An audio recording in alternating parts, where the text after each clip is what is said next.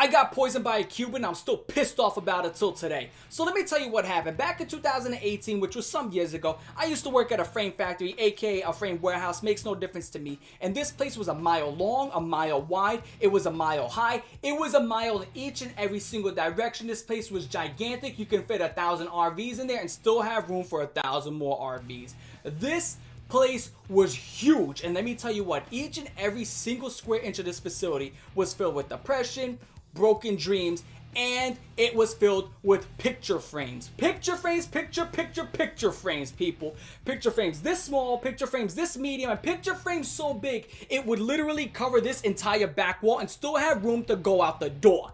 This place was utter hell. I worked there the entire summer going into college because it was fall, right? So I worked there from like July, August, September, October, November. And let me tell you what, it was consistently 90 degrees and above. No HVAC, no fans, no AC, no nothing. Just good old fashioned sweating it out like I'm doing right now. Oh, and you know what the best part was? Every single day you clocked in, you worked 12, 13, 14, 15-hour shifts. You'd go right to the front desk at 7 o'clock in the morning and you grab this thick-ass textbook. Oh, it was like a phone book of papers. You'd get one. Each and every single person got their own, and it was SKUs upon SKUs upon SKUs.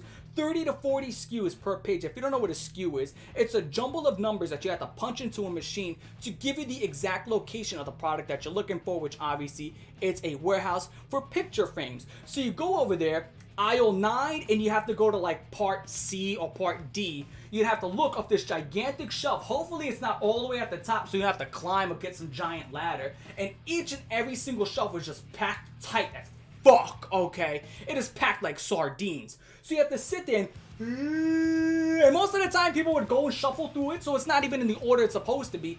Utter hell. And once you find a picture frame, you'd have to grab that SKU, put it into a printer to get the picture that you need to develop. And once that picture's done developing, you'd grab it, take this picture frame out the box, put it in there, put it back inside this small box, grab that box, put that in a different box, put packing peanuts, bubble wrap, whatever you need to, close that box up, put tape around it, and once you're done with that, you slap the right UPS sticker, because if you get it wrong, oh, you're going to hear about it. Then you throw it at the end of this conveyor belt, and just like that, you got one frame done, and every single day, you had to get at least 100 done minimum.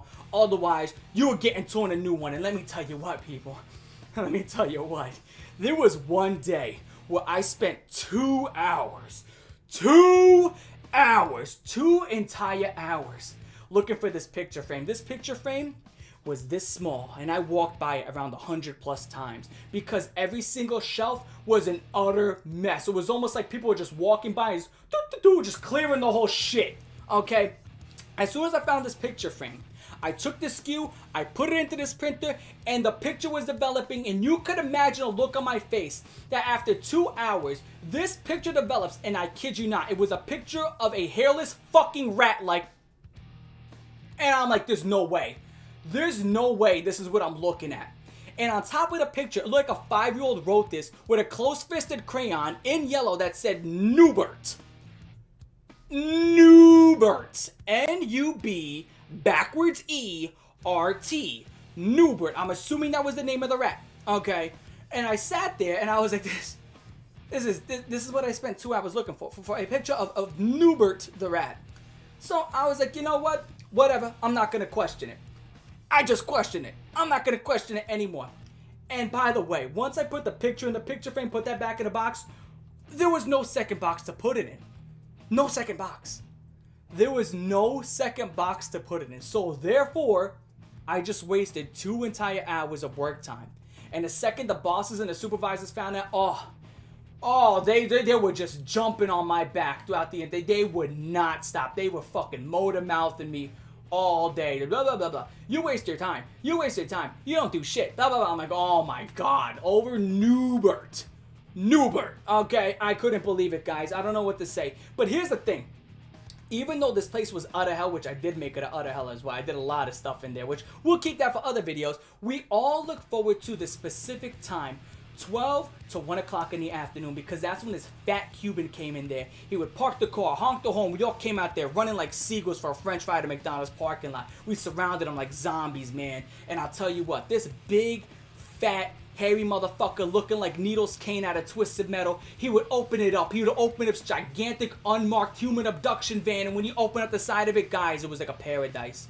Okay, he had all the juices you can think of, all the sodas. Some of these things weren't even from this country. He had sandwiches that were homemade. He had bags of chips. He even had alcohol, which I'm going to be honest, sometimes I had a drink or two on the job. Okay, most of the time. There was probably, okay, guys, I had to have like 3 or 4 every single day. I was not going to get through the day if I didn't. Here's the thing, guys. I got this thing that this guy made. It was a homemade Cuban sandwich. If you don't know what a Cuban sandwich is, essentially it's like pork on a hoagie with pickles and it has this yellow condiment that is the opposite of ketchup. And it's a really good sandwich. Let me tell you what, a very, very, very good sandwich. And I happened to enjoy it each and every single time I got it. It was like $5 too. It was a lot of food for $5-6. I used to have 2 to 3 drinks, some chips, maybe a little juice on the side, and I had this sandwich. It was clockwork. That was the meal that I got every single day for months straight. And this was like November, right? This is when I got fired because I was also going to college around this time. And essentially, here's how I got fired, okay? I had this sandwich, and it was like, man, that was a really good sandwich. And about 2 hours later, my legs started feeling weak. And I was like, why is my legs feeling like that, right? And I started getting this weird sensation in my fingertips and in my toes. And then that sensation started crawling to my palms and my feet, to my ankles and my wrists, my forearms, my shins, my thighs, and my biceps. And it started going in this sensation going into my stomach and my chest. It was almost like, you ever seen Iron Man's heart? It was like that, like just this absorption of energy into my core. And I was like, ooh. I didn't like that feeling. It was a very odd feeling. And then it just felt like I had a fucking cinder block sandwich, almost like I drank a cup of cement. And my stomach started feeling tight, heavy, and just strong. I was like, oh, God. And I was like, let me take a seat. And then my nose just started running profusely. The second I sat down, it was like fucking Master Roshi sniffing panties. It was just straight up out of my nose. And I was like, what the fuck? Okay. And then my head started thumping. It was like a drum. Oh, God, it was so bad. It was like a little Chinese man was sitting a fucking gong inside my skull. It was the worst feeling. And my boy Dean is like, yo, Johnny, you don't look so good. I was like, well, shit. I guess I'll look exactly how I feel. Let me tell you what. I gotta go home. Okay, I gotta go home. I have got to go home. And of course, you look at the clock and you got 4 to 5 hours left in a shift. And you're like, there's no way I'm gonna make it. There's no way I'm gonna. I don't know what's gonna happen here. But you know what? I took out my phone, I opened up Notepad, and I started writing in my will. I was like, none of y'all are getting shit, and to who this may concern. It was one of the worst things. I was preparing to pass away right there on the job. I couldn't believe it. And when I got home, I immediately laid down, and I'll tell you what, within 2 to 3 hours, I woke back up. My entire body was so sore. It was like I got hit by a 16-wheeler, then a 32-wheeler, and then someone parked the tank on my ass. Okay, it was one of the worst feelings I've ever had, and I had a 104.5 degree fever. 104.5 degree fever. Okay, 105 is like you're pretty much dead. Okay, so I was pretty much kissing that. It was one of the worst things. I had a sweat angel in my bed. My bed was soaked with sweat. I was like, oh, good Lord, man. I started hallucinating and shit. I didn't know what happened, man. So I called out of work for like 2 to 3 days, and I started skipping days of college. And let me tell you what. I got a call from my job. And, you know, this is what my boss said. No, fuck that guy. He ain't my boss. This is what this punk-ass, bitch-ass motherfucker told me over the phone, right? This punk fuck. He's like, so are you coming into work today? Because you missed the last 2 days. I'm like, dude, I got a 104-degree fever. I ain't feeling too hot over here. I got like botulism or E. coli or something.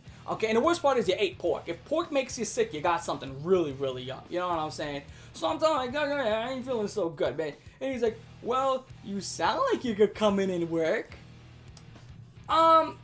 If I go to the job, I'm gonna be honest, I'm probably not gonna be working nothing else but your fucking jaw. I'll probably start working that, okay? Because otherwise, I'm not coming into the job. Thank you, click. Fired. Got fired for getting sick. Got fired. Fired. I couldn't believe it, because this guy gave me that nasty-ass Cuban sandwich. It tasted good, just made me sick. And then I ended up going back to college after a week or two. And then I dropped out of college. I became a YouTuber. Yep.